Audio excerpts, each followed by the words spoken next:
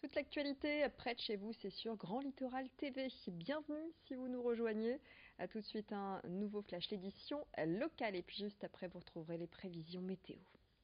Et pour débuter ce flash, je vous propose un gros plan sur la mésaventure d'un couple. Direction Lagorgue, près de Merville, où Peggy et Grégory ont réalisé leur rêve en juin 2017, devenir propriétaires. Ils ont ainsi acheté une maison et se sont rendus compte que les murs porteurs étaient dépourvus de parpaings, à la place des poutres en bois, remettant en question la solidité de la structure. Le rêve a ainsi viré au cauchemar pour le couple. C'est le début d'une longue procédure administrative et judiciaire. Vincent Vieillard s'est rendu sur place.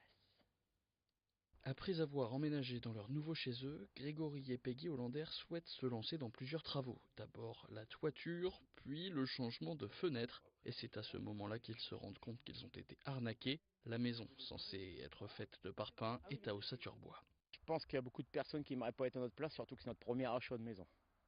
Alors ça passe d'un rêve à un cauchemar. Alors. On a mis 6 mois pour justement contacter une banque et justement qu'elle nous accorde un prêt. Et voilà, on paye assez cher quand même pour une cabane en bois, quoi. Pour ce qu'ils appellent une cabane, Grégory et Peggy se sont endettés sur 25 ans et les mauvaises surprises ne font que s'enchaîner. Quand nous avons l'acte de vente, enfin tous les documents officiels par rapport à l'achat de cette maison, il y avait un plan cadastre qui faisait état d'une maison de 5 mètres sur 11 mètres 50, donc à peu près 58 mètres carrés. Et quand on a signé l'acte de vente, c'était marqué que la maison elle fait 74 mètres carrés. Donc déjà, première question, où est-ce qu'ils sont les mètres carrés supplémentaires? On s'est dit, oulolo, il y a des extensions, il y a un problème là. Donc du coup, on est allé voir la mairie de la Gorgue.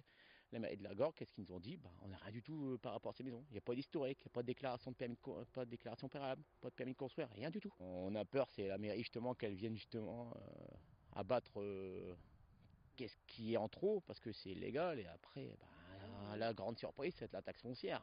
On va se faire martyriser. Le problème, c'est que l'hiver arrive, la maison étant très peu isolée, Peggy et Grégory ne savent plus quoi faire. On a peur, du fait que on a passé notre premier hiver, enfin en étant en plein travaux, et quand même fait -8 à l'intérieur. Et là, l'hiver approche, l'humidité va revenir, le froid. Après, on sait que tout ce qu'on a caché au niveau des moisissures qu'il y avait, ça va ressortir, et est-ce qu'on va être bien dedans, quoi? Ça, c'est la grande question. Leur assurance leur a conseillé de prendre un avocat, c'est lui qui leur a conseillé d'attaquer l'agence, le notaire, l'ancienne propriétaire et le diagnostiqueur. Une procédure judiciaire est en cours et devrait prendre beaucoup de temps, et eux n'ont qu'une seule demande. Qui remplacent le bois par des parpaings en fait. Après, ils se débrouillent comme ils veulent, mais c'est leur souci, c'est pas le mien. Hein. Mais vous voulez garder cette maison? Après, tout dépendra de l'avocat ce qu'il décide. Si lui il dit non, le plus simple c'est de rendre les clés, on rendra les clés, et puis voilà. Depuis toutes ces mésaventures, lui est sous antidépresseurs, elle fait des crises d'angoisse, il cherche des personnes qui pourraient les soutenir ou leur donner des conseils, qu'ils soient du monde de l'immobilier ou judiciaire. Si vous souhaitez ou pouvez les aider, vous pouvez les contacter via la page Facebook. Nous avons acheté une maison, non une cabane. Qui a dit que sport et scoliose ne faisaient pas bon ménage? Ce matin, à l'Institut Callot de Berck-sur-Mer, une petite trentaine de cyclistes ont pris la route direction l'Institut de France à Paris. Au total, 250 km à parcourir, 3 étapes dont Amiens et Chantilly. Il s'agit là des Scolympiades. Ça se passe jusqu'à dimanche et c'est la fondation Yves Cotterel qui organise l'événement. À travers ce défi, 2 messages sont véhiculés. Le dépistage précoce de la scoliose est essentiel et peut être réalisé par les parents. Le sport et la scoliose ne sont pas incompatibles, bien au contraire. Objectif de cet événement, sensibiliser le grand public et informer sur une pathologie répandue en France. Marie-Hélène Plécotrel fait partie de la Fondation Cotterel. C'est très fréquent, 2 à 3% des enfants dans la population générale vont avoir une scoliose. Alors elles ne vont pas toutes être graves, mais le problème c'est qu'on ne sait pas toujours quand on découvre une scoliose si elle va évoluer d'une manière sévère ou pas. Donc en fait le travail de la Fondation c'est d'arriver à trouver des tests qui permettront de reconnaître que cette scoliose-là va évoluer, celle-là ne va pas évoluer.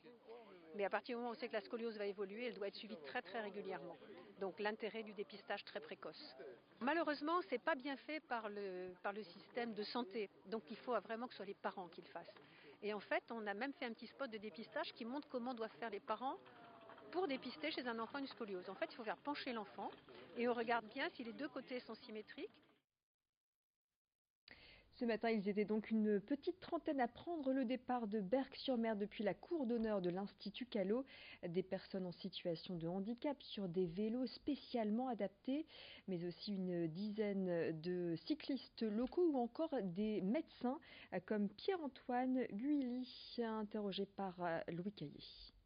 L'idée, c'est que les gens entendent parler de la scoliose, de la Fondation Cotterell et de la Fondation de France, de l'Institut Callot et envie de participer à la recherche, forcément avec des dons et nous faire avancer. Parce que nous, on va avancer en pédalant, mais la recherche, elle avance avec des sous. Et pour ça, il faut faire connaître les choses pour que les gens contribuent et envie de contribuer.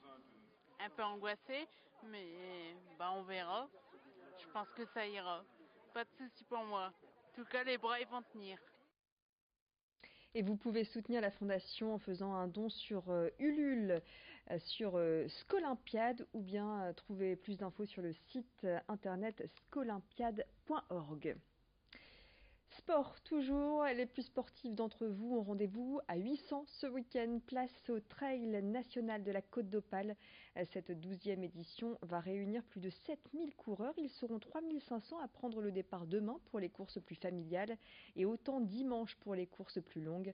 Au total, 8 courses de 7 à 62 km à parcourir entre les deux caps Grinet et Blanay avec des paysages à couper le souffle. Un parcours vallonné qui fait de ce trail l'un des plus courus de France. Les parcours les plus longs nécessitent une bonne préparation physique. Écoutez l'organisateur Franck Viandet qui s'exprime sur cette nouvelle édition au micro de Louis Caillé. C'est toujours beaucoup de plaisir. Le trail, c'est pas forcément, on regarde pas forcément sa montre. On essaie de le finir, on essaie de gérer ce soi-même, gérer les amis. Et puis concernant les courses les plus difficiles, le dimanche cette année, on est sur une période de marée haute, donc ils vont avoir des terrains beaucoup plus difficiles, moins de sable dur, etc. Donc une épreuve pour les plus furieux, encore plus difficile que d'habitude, donc on risque d'avoir des visages encore plus fatigués à l'arrivée. Et bon courage donc aux sportifs qui vont participer à cet événement. Les arrivées se feront sur la place de 800, juste à côté de l'église. Vous savez tout, c'est la fin de cette édition. Restez avec nous, l'info continue sur Grand Littoral TV.